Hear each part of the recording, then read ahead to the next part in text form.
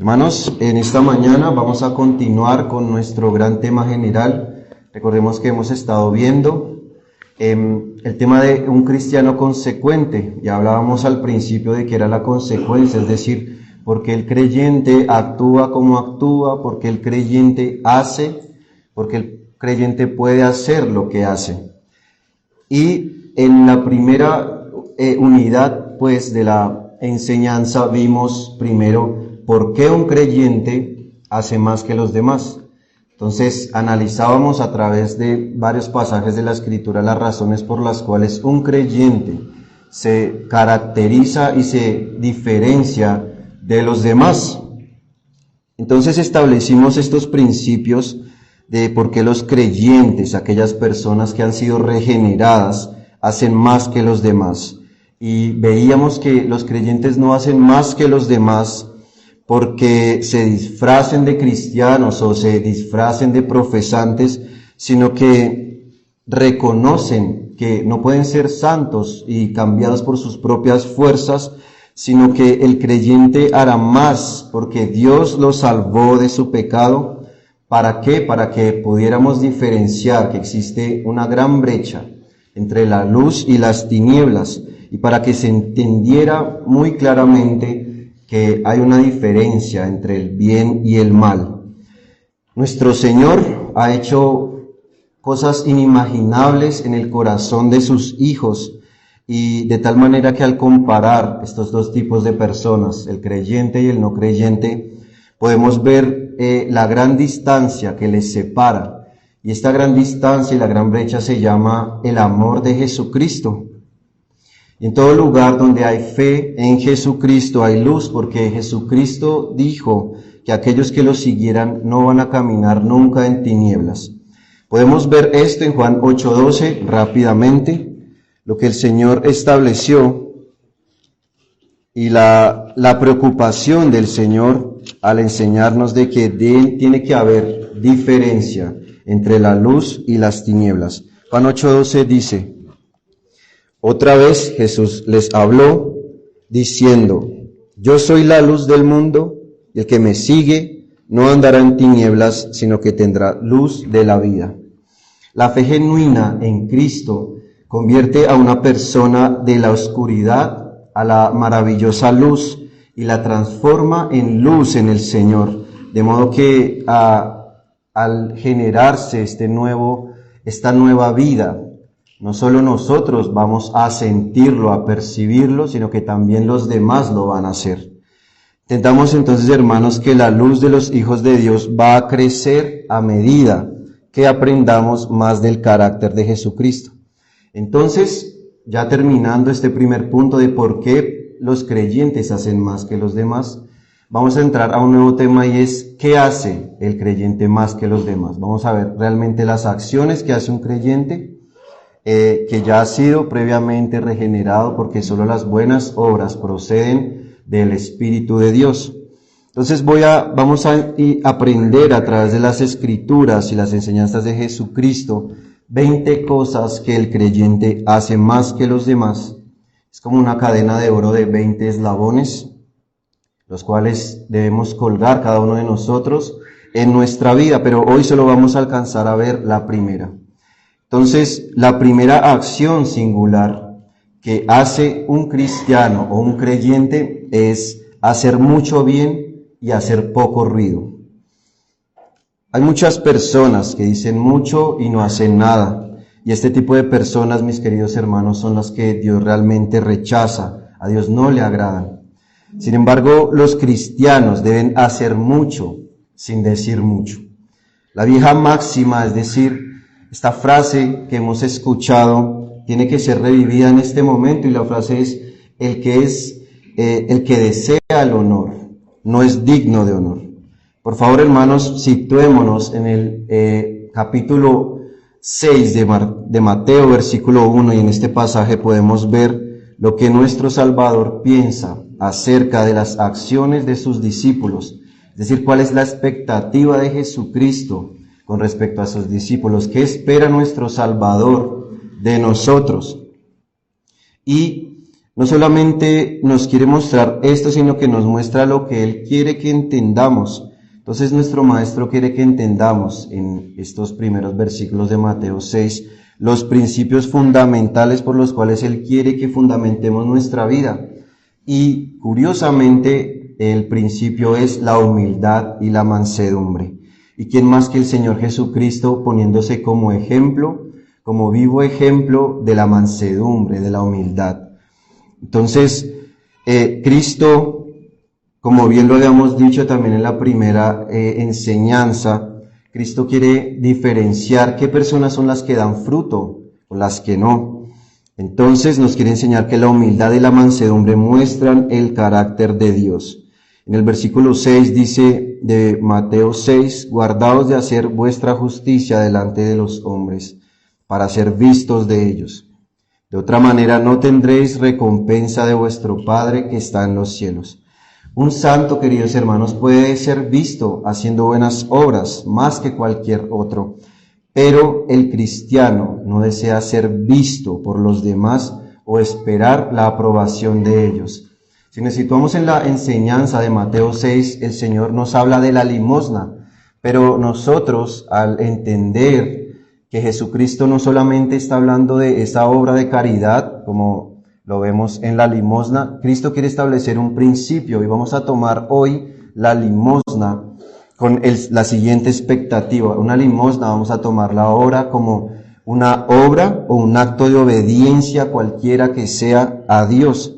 Entonces una limosna obviamente se va a ver, pero no es en absoluto desagradable para Dios que una buena obra se vea.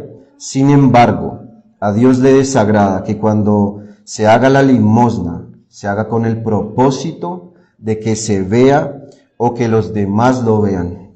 Y aunque los buenos propósitos o intenciones no hacen lícitas las malas acciones, los malos propósitos, es decir, las motivaciones incorrectas, hacen pecaminosas las buenas acciones.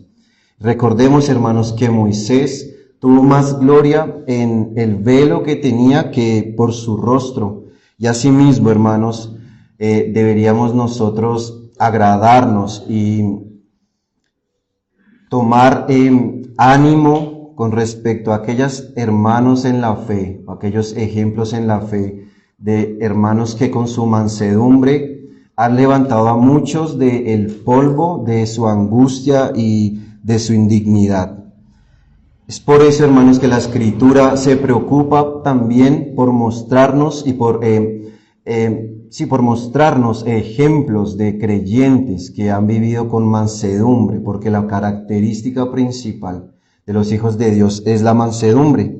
Y esta antigua advertencia de nuestro Salvador es muy adecuada para los tiempos modernos. Mateo 6, versículo 2. Cuando pues des limosna, no hagas tocar trompeta delante de ti, como lo hacen los hipócritas en las sinagogas y en las calles, para ser alabados por los hombres. Y de cierto os digo que ya tienen su recompensa. Lo que el primer versículo llama para ser visto por los hombres, también lo debemos tomar no solo para que sean vistos, sino el querer ser vistos por los demás hombres tiene un doble propósito. Y ese doble propósito es que no solo el hipócrita que Jesucristo menciona, no solo se contenta con ser visto, sino que al ser visto quiere lograr una consecuencia. Y esa consecuencia es ser alabado o admirado por los hombres. Los hipócritas nunca van a estar ansiosos o nunca se van a preocupar solamente porque los hombres lo vean, sino que al ocasionar que ellos los vean, quieren producir alabanza de parte de ellos. Y las personas que Dios reprocha dan limosna no tanto para que los pobres suplan sus necesidades, sino para que los ricos los miren. Y esto es un despropósito, queridos hermanos, porque es emplear las bendiciones de Dios para la gloria del hombre. Es así que Jesucristo nos muestra que aquel fariseo y aquellos hipócritas oran mejor y oran de una manera más piadosa en las calles cuando todos los ven que cuando oran en secreto en su casa. El ayuno, paradójicamente, es comida y bebida para aquellos fariseos que demudan su rostro y quieren mostrar que están ayunando. Y se dice que el ruiseñor nunca canta de una manera más dulce como cuando los demás están cerca y lo están viendo. Los fariseos decían, vengan a ver nuestro celo por el Señor, cuando realmente no había ningún celo que ver. En Segunda de Reyes 9, no sé si recuerdan ustedes el pasaje de Jehú. Jehú solo hizo de la religión un estribo, una escalera para montarse en el hall de la fama, de la popularidad. Hermanos, tenemos que saber que las almas que se ven sanas rara vez son sanas realmente.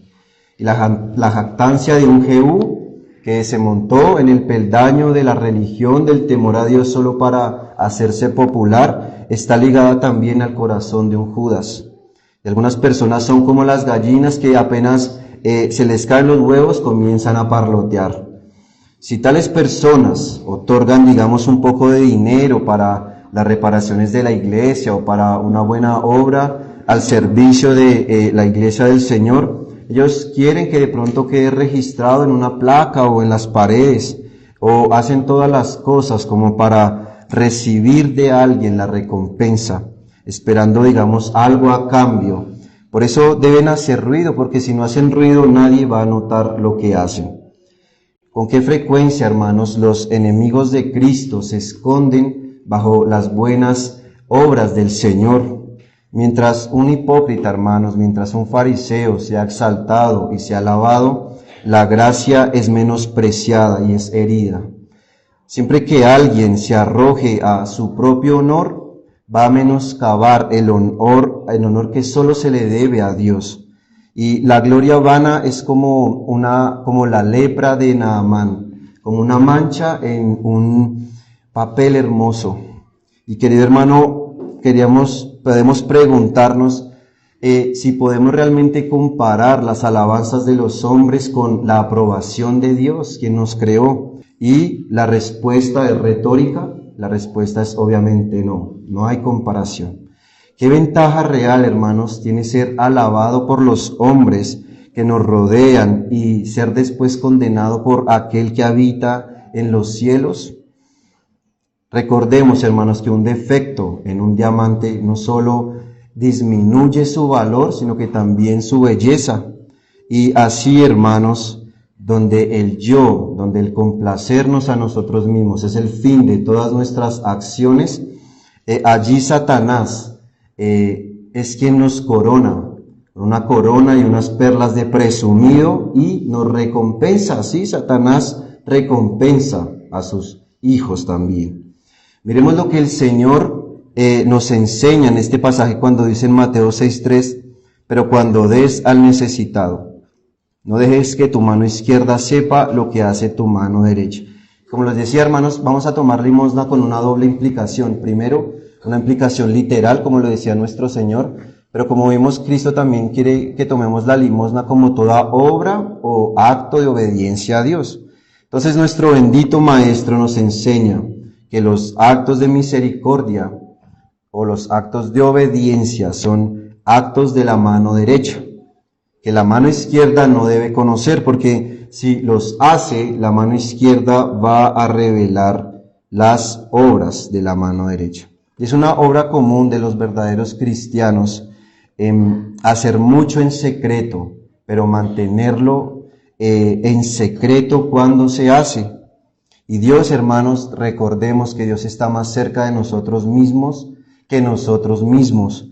Y no necesitamos tocar ninguna trompeta para ningún acto de justicia, porque realmente nosotros sabemos que en el día final, una trompeta va a sonar y toda obra del hombre será revelada.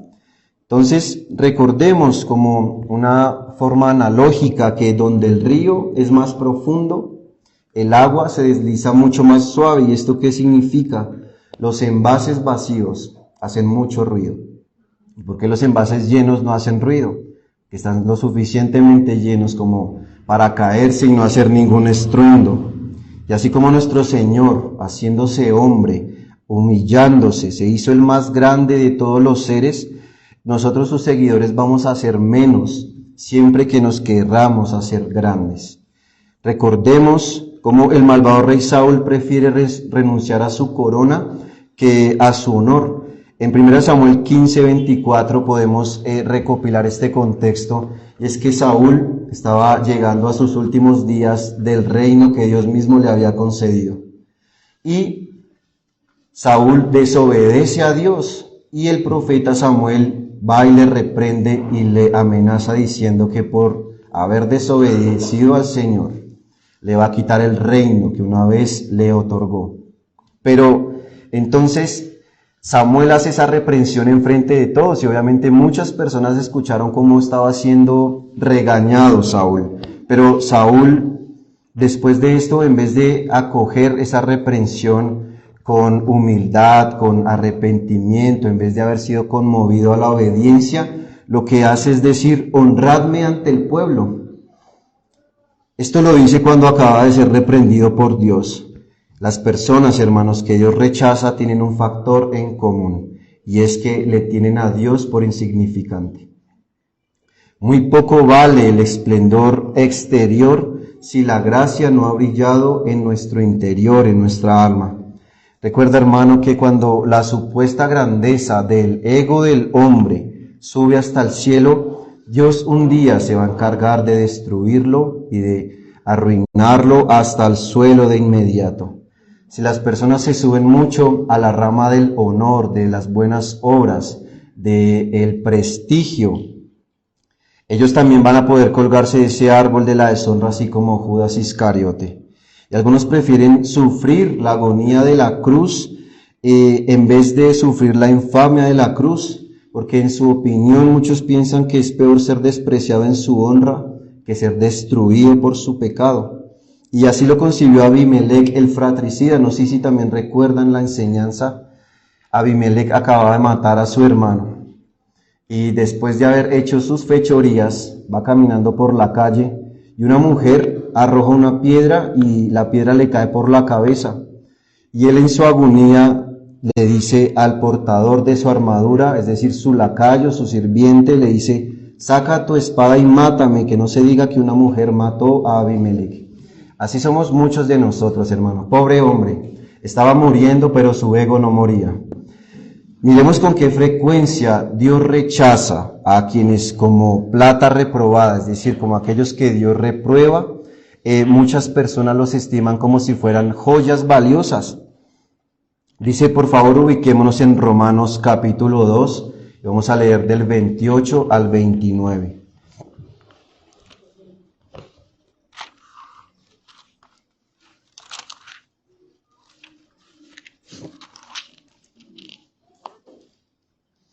Dice el apóstol: vamos a tomar, no tomemos la palabra judío como el gentilicio, sino vamos a tomar judío como aquella persona que es parte del pueblo de Dios. Recordemos el contexto de Romanos, es un contexto del nuevo pacto, así que vamos a leer judíos como creyentes, como hijos de Dios. Entonces dice: pues no es judío el que lo es exteriormente, ni es la circuncisión la que se hace exteriormente en la carne, sino que es judío el que lo es en lo interior, y la circuncisión es la del corazón, en espíritu, no en letra, la alabanza del cual no viene de los hombres, sino de Dios. La alabanza de un hipócrita, hermano, no viene de Dios, sino de los hombres. La alabanza de un verdadero cristiano, de una persona que pertenece al reino de Dios, es de Dios. Y el hipócrita, vamos a trasladar también la palabra fariseo a nuestro tiempo. El fariseo de nuestro tiempo desea parecer bueno, pero para ser admirado. Pero el discípulo de Jesucristo, como vemos en Romanos 2:28, el discípulo de Cristo desea ser bueno para que Dios sea honrado. El santo que se humilla en la tierra se parece mucho o imita a los ángeles del cielo, mientras que el pecador que se admira en la tierra o se autoadmira en la tierra se parece a los ángeles que fueron echados y que ahora son demonios. Los querubines podemos tomar un ejemplo de aquellos seres que son santos y que viven bajo la presencia de Dios todo el tiempo. Podemos remembrar la profecía o la visión que tuvo el profeta Ezequiel en su primer capítulo. El profeta Ezequiel tiene una visión y ve unos ángeles. Y vamos a ver la descripción de estos ángeles. En el primer capítulo dice que estos ángeles tenían las manos de un hombre bajo sus alas. Entonces tenían las alas y tenían las manos debajo. Entonces, ¿qué significaba eso? No tenían sus alas bajo sus manos, sino sus manos bajo sus alas. ¿Eso qué quiere decir? Sus manos denotaban habilidad, agilidad, presteza, celeridad. Pero sus manos bajo sus alas denotaban el secreto de sus acciones. No querían que otros se postraran y los adoraran. Recordemos que bajo la presencia intimidante de los ángeles, los hombres siempre se veían provocados a adorarlos, a inclinarse entre ellos, pero ellos, quienes estaban alrededor del trono de Dios, se postraron ante Dios para adorarle y tapaban sus ojos, metafóricamente, con sus alas para encubrir la gloria que Dios les había dado, pero no querían provocar en ellos adoración. ¿Cuántas veces las personas, remembramos en el Antiguo Testamento, cuántas veces los ángeles se aparecieron a los hombres y cuántas veces se escandalizaron y se vieron intimidados con mucho temor a adorarles, y los ángeles, teniendo la potestad de ser admirados, nunca lo quisieron hacer? Vamos a establecer un ejemplo, un pasaje muy particular para poder denotar el principio que el Señor nos quiere enseñar de que los creyentes, aunque hacen mucho, hacen poco ruido. En Lucas 18, del 9 al 14, por favor vamos a leerlo rápidamente, Lucas 18, del 9 al 14. Y aquí el ejemplo es el del fariseo y el publicano. El Señor tiene una forma muy particular de enseñarle a sus discípulos a diferenciar los principios. Él siempre se va a preocupar de mostrarnos qué es el bien y qué es el mal, quién es bueno y quién es malo. Y en esta parábola tenemos el mismo principio. Por ejemplo, el fariseo, quien era malo, y el publicano, que era justificado. Vamos a leer rápidamente. A unos que confiaban en sí mismos como justos y menospreciaban a nosotros, dijo también esta parábola. Fijémonos que el Señor Jesucristo está dirigiendo esta enseñanza a los orgullosos, a los soberbios, a aquellos que hacen mucho ruido. Dice el Señor: 2 hombres subieron al templo a orar, uno era fariseo y el otro publicano. El fariseo, puesto en pie, oraba consigo mismo de esta manera: Dios, te doy gracias porque no soy como los otros hombres, ladrones, injustos, adúlteros, ni aun como este publicano. Ayuno 2 veces a la semana, doy diezmos de todo lo que gano. Paréntesis, el Señor Jesucristo le está mostrando como un fanfarrón. El fariseo realmente está diciendo cosas buenas, pero el Señor lo está haciendo caer en ridículo, sigamos. Mas el publicano, estando lejos, no quería dar, ni quería ni aún alzar los ojos al cielo, sino que se golpeaba el pecho diciendo: Dios, sé propicio a mí, pecador. Os digo que este descendió a su casa justificado antes que el otro, porque cualquiera que se enaltece será humillado, y el que se humilla será enaltecido. Vamos a tomar también el ejemplo, porque no tenemos un mayor ejemplo, un tan excelso ejemplo como el de nuestro Señor Jesucristo. El profeta Isaías profetizó de nuestro Mesías, que hizo las obras más excelentes que jamás se hayan hecho en la tierra, pero el profeta dijo en Isaías 42:2 que nuestro Salvador no gritará ni voceará, ni hará oír su voz en las calles, no gritará. Y aunque Jesucristo hizo milagros que nadie jamás en su vida va a poder comprender la naturaleza de un milagro, el Señor Jesucristo, teniendo la potestad de sanar enfermos, de curar la muerte, de levantar a los muertos, nunca fue un fanfarrón. Y el profeta Isaías profetiza que nuestro Mesías no será contencioso. Y también dice que Jesucristo no iba a gritar, ni haría oír su voz en las calles. Es decir, que nuestro Salvador no fue nunca vanidoso en ningún sentido. Y esta profecía, hermanos, se cumplió, evidenciándolo en Mateo 12, 19. Mateo 12, 19 dice: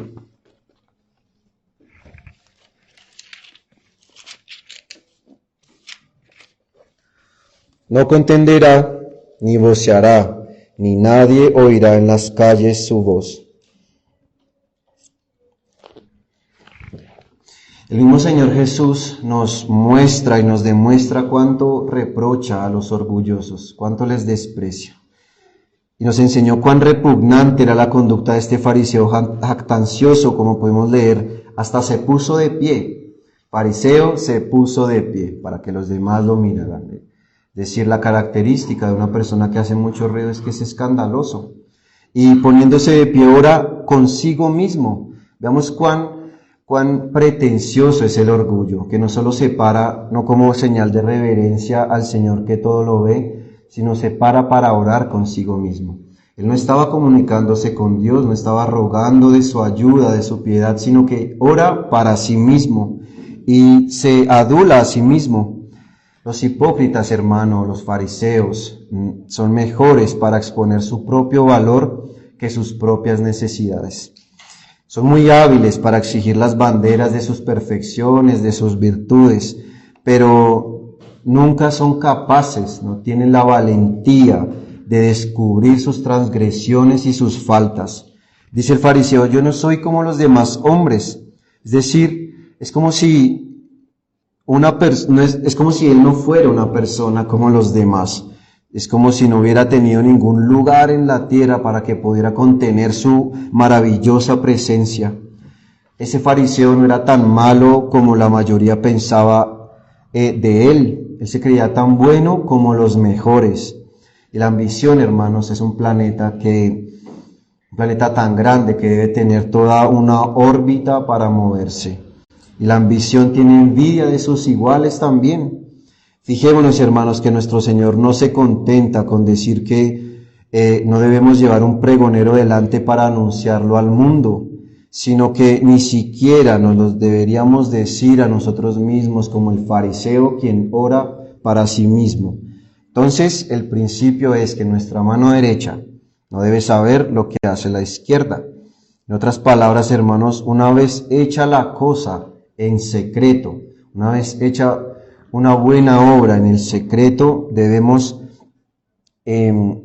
no debemos tomar nuestra libreta de notas o cronología de nuestra vida para decir, bien, he hecho esto y desde luego no le he dicho a nadie que lo haya hecho. No es solo ser formalista, no es solo decir, no voy a decir nada porque sí, sino que el cristiano, quien ha sido realmente objeto de la obra del Señor, ni siquiera piensa en recibir la gloria, ni siquiera piensa en sus acciones, pero no lo tomamos en el sentido de que no es consciente de lo que hace, sino no le importa lo que hace, es decir, no le importa realmente lo que genere lo que hace en las demás personas, por eso es callado, por eso hace poco ruido.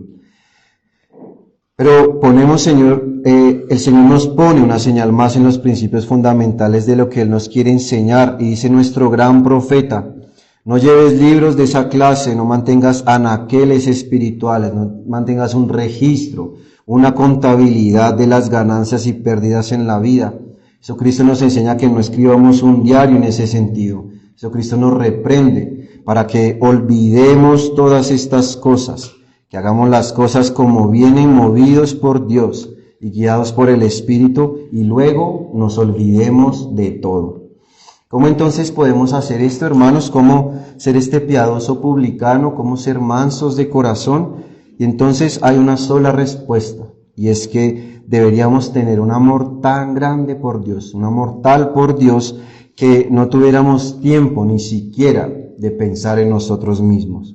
Nunca nos vamos a liberar del ego, de ser pretenciosos, sino poniendo, hermanos, en práctica la enseñanza de Jesucristo, y cómo podemos llenar nuestro corazón de, de ejemplos, cómo podemos llenar nuestro corazón de motivos para amar a nuestro Señor. Bueno, debería ser suficiente contemplar a Jesucristo muriendo en la cruz por amor, por haber contemplado a Jesucristo sufriendo en lugar de nosotros, sin esperar algo a cambio, solo para darle la gloria a su Padre y para mostrar el infinito, las infinitas grandezas que contienen su amor y su misericordia. Si nosotros nos llenamos de aquellas razones, vamos a caer en cuenta de lo que Cristo ha hecho por nosotros. Y eso va a ser una suficiente razón como para olvidarnos de nosotros mismos, y en vez de poner un espejo delante de nosotros para admirarnos, vamos a mirar arriba donde está la cruz de Jesús. Y seríamos, hermanos, realmente necios si llevamos la cuenta de nuestros actos sin percibir que si lo hacemos no vamos a recibir la recompensa de Dios. Pero si nos olvidamos de todo lo que hacemos y lo hacemos solo para agradar a Dios, al final nos vamos a dar cuenta de que Dios sí ha llevado cuenta de lo que hacemos. Quizás el Señor no nos recompense abiertamente en este mundo, muy probable así lo será, pero tan cierto es como que hoy respiramos y estamos aquí. Él nos va a recompensar en el día final, cuando las acciones de todo ser humano sean expuestas y reveladas, y posteriormente sean juzgadas por el juez de esta tierra. Este fariseo, hermanos, con el ejemplo del fariseo y publicano, era tan escandaloso, pero así como era escandaloso también era religioso, así que tengamos mucho cuidado. Entonces podemos preguntarnos sobre qué cimientos, sobre qué fundamentos puso el fariseo su vida, por qué ha justificado él sus buenas obras, cómo él llegó a justificarlas. Bueno, él dijo, según vemos, ayuno 2 veces por semana y doy los diezmos de todo lo que poseo. El fariseo e hipócrita dice todo lo que hacía de puertas afuera, lo que tendría que hacer puertas adentro. Y la persona orgullosa y farisea en su corazón ocultará sus pecados, esos pecados que realmente en vez de ventilarlos, los debía haber confesado. Y hace públicas las acciones que realmente debería haber ocultado. Y aquel que trafica, que comercia con el servicio de Dios para cargarse, para generar alabanzas de los demás hombres, es como si fuera un barco que sale del puerto cargado de mucha mercancía, pero que tiene orificios en su estructura. Finalmente, hermanos, vamos a saber que ese barco va a naufragar en alta mar. Se cuenta, hermanos, que el lacayo, es decir, el sirviente de Alejandro Magno, el conquistador, era tan rápido que cuando corría no dejaba las huellas en la arena. Y asimismo nosotros debemos ser con respecto a Cristo. Así debería suceder con los creyentes. Nada les es más agradable a Dios que una mano realmente generosa, misericordiosa, que sea generosamente abierta, que también le agrada una lengua estrictamente silenciosa y recatada, circunspecta. La mayoría de las personas son como Herodes. Recordemos que en Hechos 12 se nos menciona cuando él empieza a ser aclamado por la multitud. La multitud empieza a decirle, es palabra de Dios y no de hombre. Y hay gente que, como Herodes, que solo quieren la alabanza de otros sobre sí mismo. Y no vamos a decir que un corazón lleno de gracia nunca se orgullece, porque la Escritura nos dice que Jesucristo es nuestra gloria. Es nuestro orgullo, porque Jesucristo es nuestro galardón, es nuestro Señor. Pero sí vamos a decir que la gracia en el corazón nunca enaltece al hombre, sino que enaltece a Dios.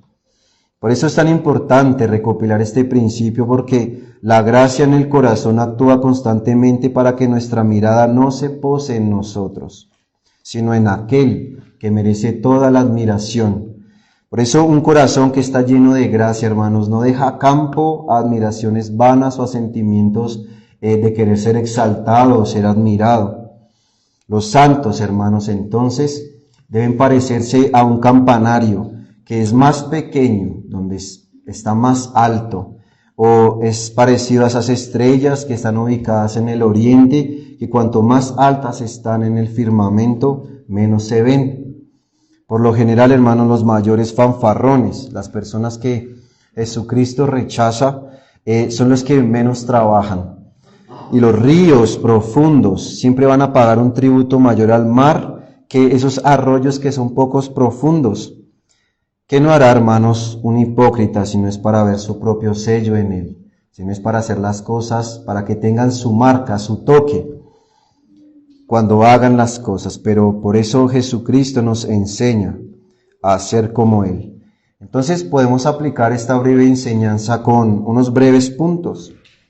El principio general, cómo vamos a aplicar esta enseñanza de por qué los cristianos realmente hacen mucho, pero hacen poco ruido. El primer principio es que Jesucristo es la medida de todas las cosas. Si nosotros queremos realmente ser santos como Él lo es, y dejar de ser fanfarrones para gloriarnos a nosotros mismos, debemos mirar a Jesucristo. Pidamos a Dios, hermanos, la capacidad de ser como Él en todo sentido. Y cuando oremos debemos tener unos adjetivos particulares por los cuales orar. ¿Y cuáles son esos? Cuando pidamos a Dios la capacidad de ser como Él, pidamos que seamos silenciosos, que seamos mansos y que seamos humildes de corazón. Una persona puede ser humilde en su exterior, pero lo que Dios quiere es que seamos humildes de corazón. También, a raíz de esto, pidamos a Dios para que guardemos nuestra lengua del mal. Pidamos a Dios que nos ayude a controlar nuestra lengua, pero que agilice también nuestras manos a apresurarnos a hacer su voluntad, a obedecerle, pero con muy poco ruido. Jesucristo es nuestro ejemplo y Él quiere que seamos como Él. Entonces podemos concluir de la siguiente manera. Primero, lo más importante para nosotros en nuestra vida es caer en cuenta de nuestra relación con Dios.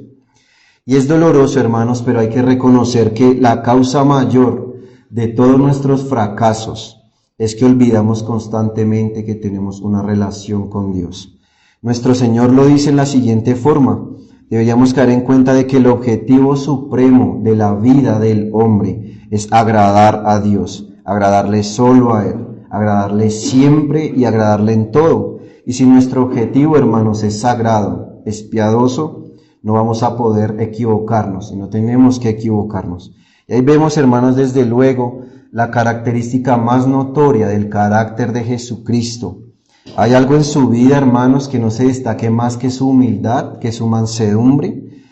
Jesucristo vivió para Dios y hasta dijo que las palabras que pronunciaba no eran suyas, sino de su Padre. Y dijo también que las obras que Él hacía no eran de Él, sino eran de Dios, como podemos ver en Juan 14:10, que dice así: ¿no crees que yo soy en el Padre y el Padre en mí? Las palabras que yo os hablo no las abro por mi propia cuenta, sino que el Padre que mora en mí, Él hace las obras. Toda la vida, hermanos, de Jesucristo se ha basado en la constante dedicación a glorificar a Dios. Y Él nunca pensó en sí mismo y tampoco hizo nada para sí mismo. No hizo nada para glorificarse a sí mismo, sino que a pesar del ser, el ser más maravilloso y especial y eminente de toda la existencia, Él ni siquiera se impuso a sí mismo, sino cuando hacía lo que hacía, su dedo siempre señalaba hacia arriba. Y lo que se nos dice de Cristo es esto: en Mateo 12, 19, 20, como pudimos ver, está remembrando una profecía. Él no va a contender, no va a vocear, dice: ni nadie oirá en las calles su voz, y la caña cascada no quebrará, y el pábilo que humea no apagará hasta que saque a victoria el juicio. ¿Eso qué quiere decir? Que Cristo realmente, cuando llegó a este mundo, no levantó su voz. Y no solo esto, sino que en cierto sentido parece como si hubiera tratado siempre de no ser visto, de ocultarse, como si siempre hubiera tratado de esconderse, pero su majestad era tan notoria que hubo un momento en la historia que no pudo ocultarse más.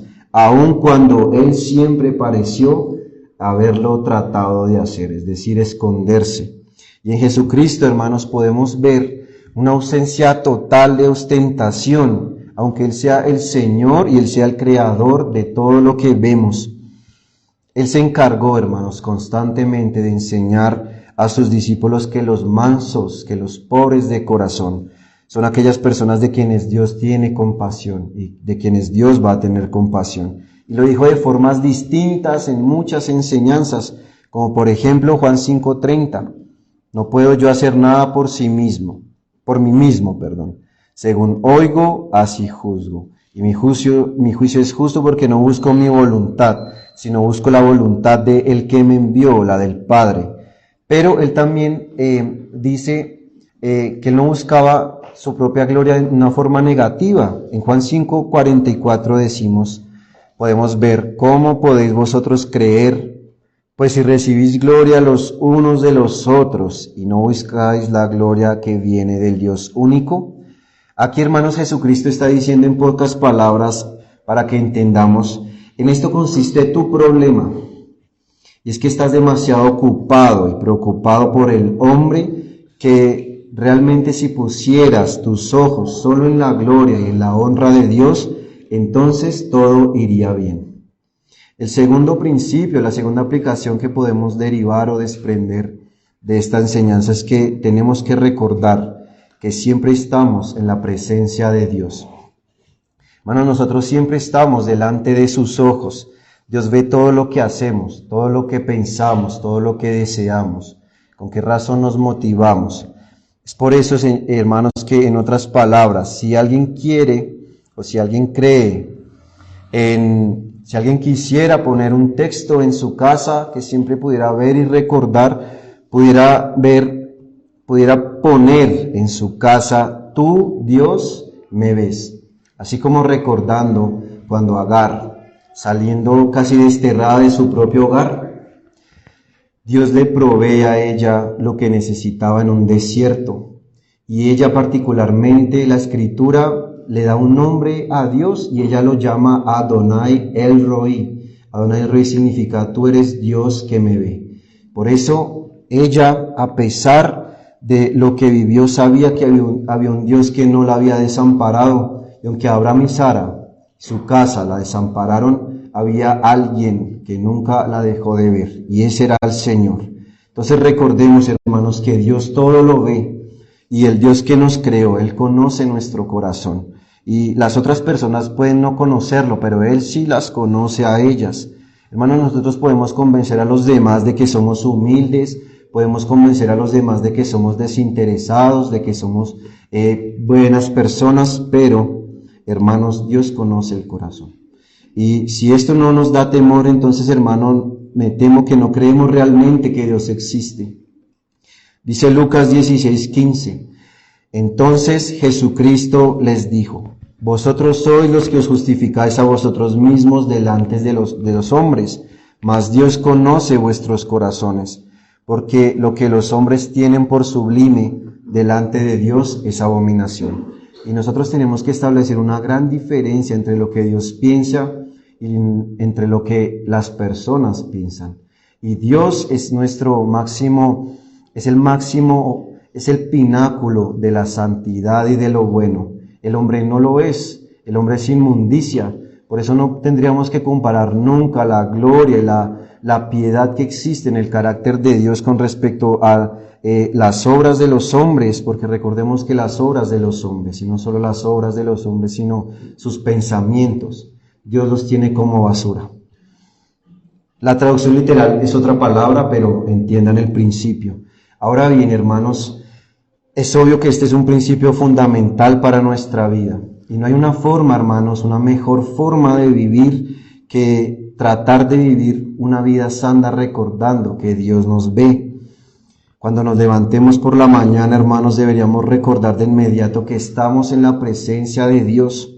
Y no estaría mal decirnos a nosotros mismos antes de seguir adelante con nuestro día: durante todo este día, todo lo que haga, todo lo que diga, todo lo que trate, todo lo que piense, todo lo que imagine, lo haré bajo la mirada de Dios.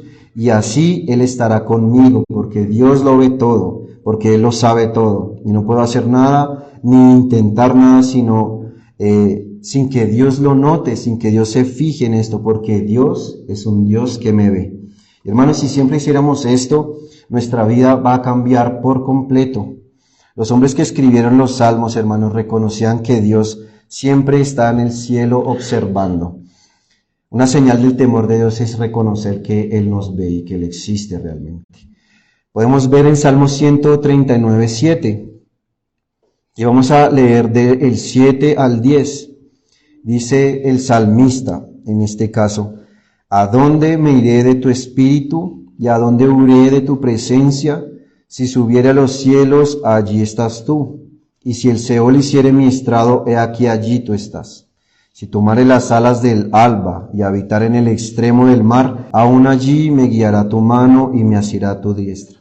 Hermanos, si nosotros recordáramos esto realmente de una manera constante e insistente en nuestra mente, si pudiésemos recordar esto a toda hora, va a desaparecer seguramente la hipocresía, va a desaparecer la adulación propia y todas las culpas que tenemos por sentirnos superiores a los demás. Es un punto demasiado importante, hermanos, aceptar el hecho de que no podemos evadir ni un segundo nuestra vida de la mirada de Dios. No hay nadie que se pueda esconder de Dios, porque no solo Él ve lo que hacemos, sino que conoce nuestra alma. Y lo que cavilamos en nuestra mente en secreto, Dios lo conoce. Entonces, hermanos, si realmente temes a Dios, tú pensarías cosas inmundas, pecaminosas, sabiendo que tu Señor está escuchando tus pensamientos y no solo tu voz. Es un punto demasiado importante saber que jamás vamos a poder evadir nuestra vida de la presencia de Dios, porque Dios lo abarca todo. Y dice Martyn Lloyd-Jones, si todos practicáramos esto, es decir, que viviéramos de acuerdo a que no hay nada oculto delante de Dios, dice Lloyd-Jones, estoy completamente seguro que empezaría de inmediato un avivamiento espiritual. Sigo con la cita. Serían muy distintas tanto la vida de la iglesia como la vida de cada individuo. Esta es la enseñanza de la Biblia y este es el método que tiene Jesucristo de predicar la santidad. Jesús no quiere ofrecer a la gente experiencias maravillosas que resuelven todos los problemas. Consiste en darse cuenta de que siempre estamos en la presencia de Dios, porque el hombre que parte de esta base muy pronto acudirá a Cristo y a su cruz y finalmente pedirá ser lleno del Espíritu Santo. Como tercera aplicación, veremos, y te hago una pregunta: ¿qué recompensa quieres obtener tú, querido hermano? Recordemos que si quieres que los demás te vean, que los demás se den cuenta de lo que haces, ahí está tu recompensa. Felicidades. Hermano, ¿acaso no es infinitamente mejor el agrado de nuestro Padre amoroso que las alabanzas de los hombres que son impuros e insignificantes? Jesucristo, hermano, nuestro profeta, nos enseña constantemente que busquemos la aprobación de Dios, que la anhelemos, que busquemos la recompensa de Dios y no de los hombres. Dice Mateo 6, como leíamos al principio, el hombre que espera la alabanza de los demás, y el hombre que quiere ser alabado por los demás, de hecho ya tiene su recompensa. Las Escrituras, hermanos, quieren que veamos como algo bueno el deseo de ver a Dios, el deseo de estar con Dios, de ser perfectos. Y este es el principio fundamental. En Mateo 5:8 dice el Señor en el Sermón de la Montaña: bienaventurados los limpios de corazón, porque solo ellos, únicamente ellos, verán a Dios. Y este es un deseo justo y legítimo, hermanos. Esta es una ambición sana, santa, piadosa. Se nos dice de nuestro Salvador en Hechos 12:2, que por el gozo que estaba puesto delante, es decir, Él estaba buscando el agrado de su Padre en todo lo que hizo, y por esa motivación que Él tenía, sufrió la cruz, menospreciando el oprobio.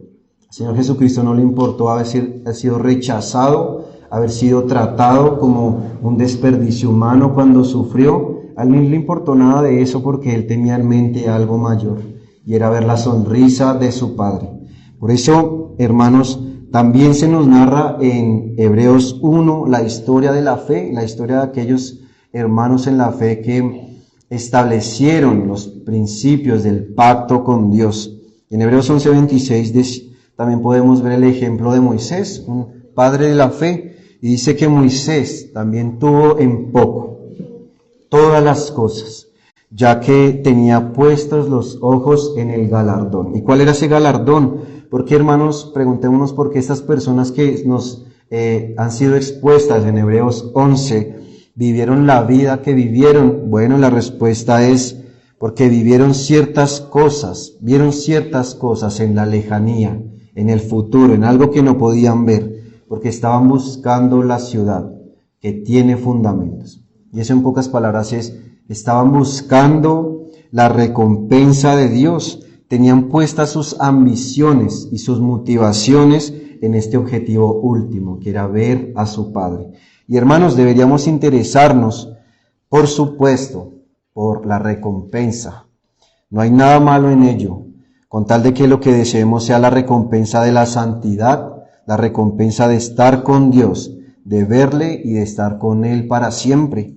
Hermano, no olvides que se ha recibido la recompensa de los hombres en cualquier aspecto. Si tú has recibido la recompensa de los hombres, no vas a recibir nunca más la bendición, la aprobación y la recompensa de Dios. Oremos, hermanos.